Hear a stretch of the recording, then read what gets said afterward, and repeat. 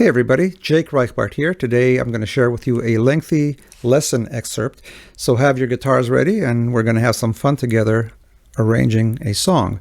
Perhaps you've seen some of my many hundreds of solo guitar arrangements I have here on YouTube, and the inspiration for these arrangements is right here behind me, as you can see.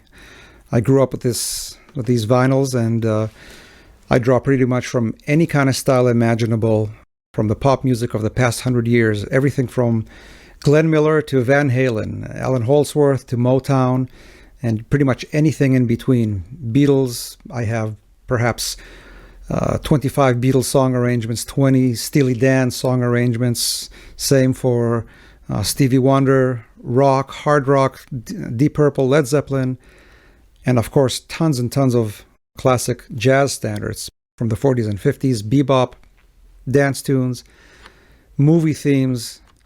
And if you want to learn how to arrange any of these songs for solo guitar, I can teach you. Just like the excerpt that you're about to watch, which comes from a lesson that runs about 90 minutes, I have nearly 200 additional titles, and they are mostly song specific. I enjoy teaching through specific songs because I can show you hands-on how I approach arranging a song. What's nice about these lessons is that I don't just tell you, do this and you're done, but rather I'll take you through 3 or 4 or 5 different ways to play the same passage. I'll work with you on dynamics, on articulation, and 100 other things that you cannot just put to paper. As I mentioned, these lessons run approximately 90 minutes. The introduction, which runs usually 15 minutes, focuses on the right hand in rhythm, and in this introduction I go through my 3 pillars of rhythmic arranging, the first principle being melody and bass only, the second being rhythmic arpeggiation, and the third, of course, the down stroke that I play with my right hand fingernails to produce that backbeat that everybody asks me about. Nevertheless, I do have 2 main method lessons. The first one, how to arrange any song for solo guitar, running 2 hours, and also an introduction to fingerstyle guitar and solo guitar arranging, running 2 hours and 40 minutes. The information about these lessons, the cost, my full lesson list, as well as a link to the full performance of the song that we're working on today is below in the information. So expand the information, take a look, and let's get started. Just as a harmonic background, I'll mention that the introduction as well as the first part of the vocal melody are played over 4 chords. A minor 7, played in a variety of different ways, as we will see shortly. D7, G7, again played in a variety of different fingerings, and C. So basically a 6 degree, 2 degree, but as a 7th, not a minor 7th, a 5, 1, which is a classic turnaround or harmonic movement in pop, jazz music, and probably even classical. So with that in mind, I play the introduction probably in 3 different ways. First of all, I play those chords.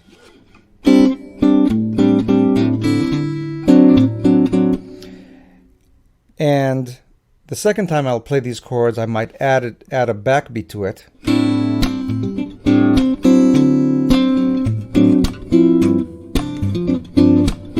And the third time will include the same thing, but with what I kind of figure to be the emulation of what the horns are playing in the background.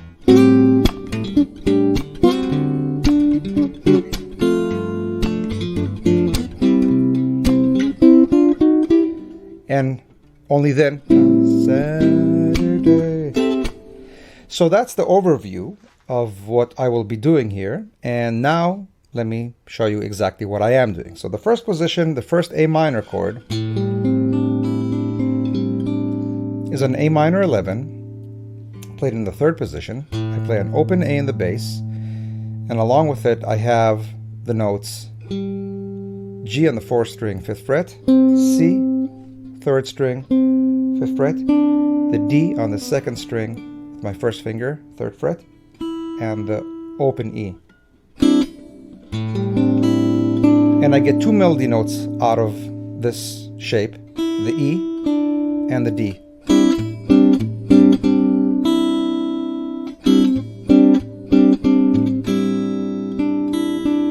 And what's nice about it, especially when you're playing guitar, you don't have to kill off this note right away when you play this note, because this note can be accompaniment of this note. So you have both options to kill it, da, or to let them ring into each other. So both are valid ways to play.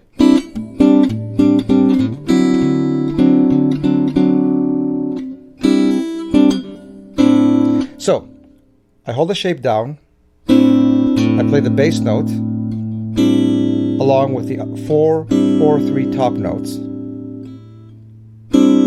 Let's say all 4, in which case I'll be using all 5 fingers of my right hand. And I alternate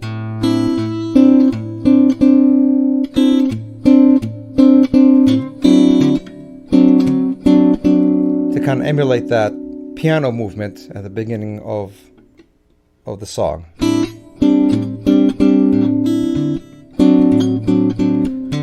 And what you saw me do here is that alternating bass note I mentioned, the 1 and the 5. Same thing here, you can play the A with the E. And in fact here, the bass note was syncopated. I added a syncopated bass note because maybe that's what the bass player is doing. In fact, that's kind of what the left hand of the piano part is doing when he's playing the piano.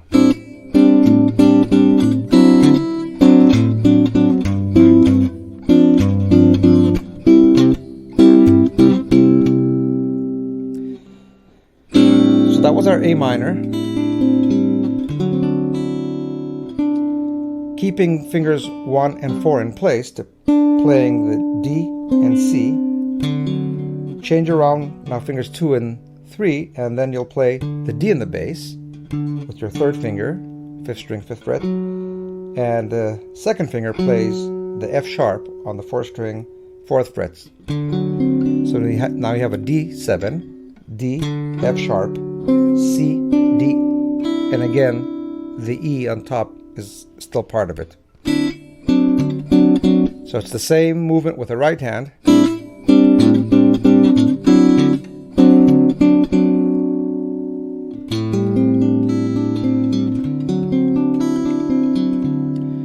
Those are the sum of the notes.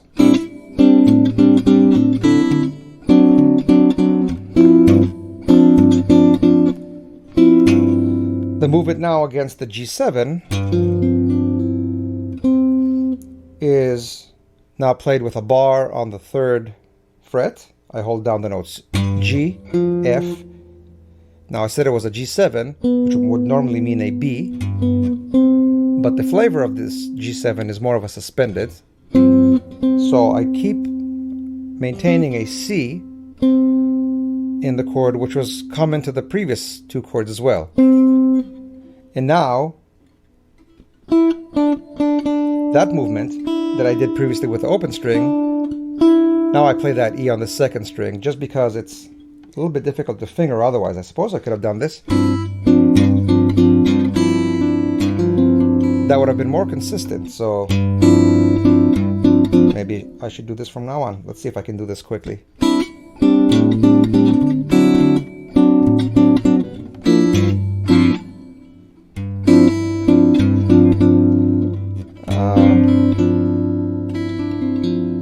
That's a little tricky. I'll try to memorize that and maybe add that on one of my upcoming performances. For now,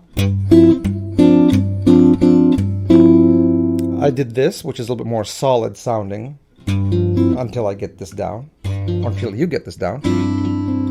The idea is the same basically, to play this chord, G, F, and C, along with the movement E, D. In this case, I'm doing it by playing these 3 notes, and then my pinky plays the E on the 2nd string, 5th fret, release it to the bar to play the D.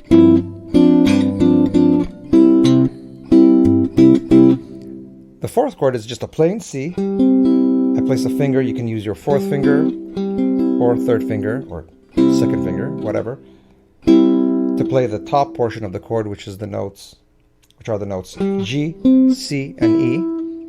So the C note has now carried over to the fourth chord. And with the thumb you play the C and the alternating bass note, which would be the G. So from the top.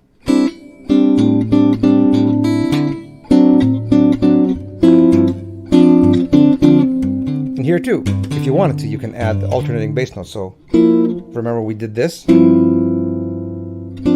Once I released this, my pinky's now free to play that D if I wanted to. I find it a little bit unnecessary.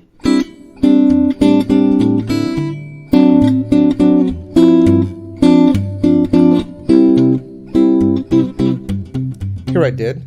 So if you wanted to be consistent, you can add alternating bass notes to all four chords. Now what I do, this was all played without the backbeat. Now I repeat this entire section, but with the backbeat. So,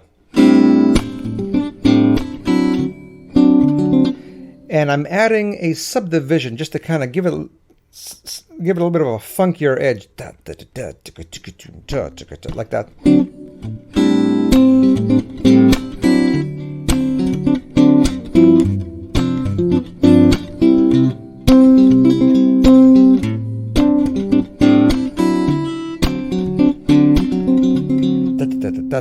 That's 16th notes. That's something that I don't use a whole lot while the song is taking place. The melody is mostly in 8 notes. And I just add that once in a while, again, to give that a little bit of a funkier edge when I have the opportunity, which is not always, but right now I do, so I might add that. But you don't have to. You can keep it in 8 notes.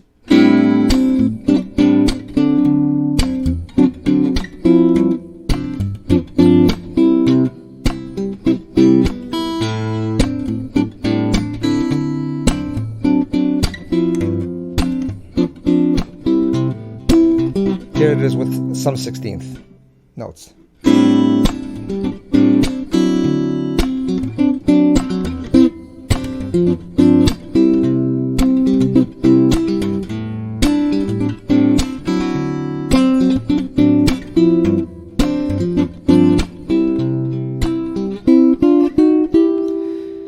I play this little line, which is what the horns do. That leads me to the first vocal line.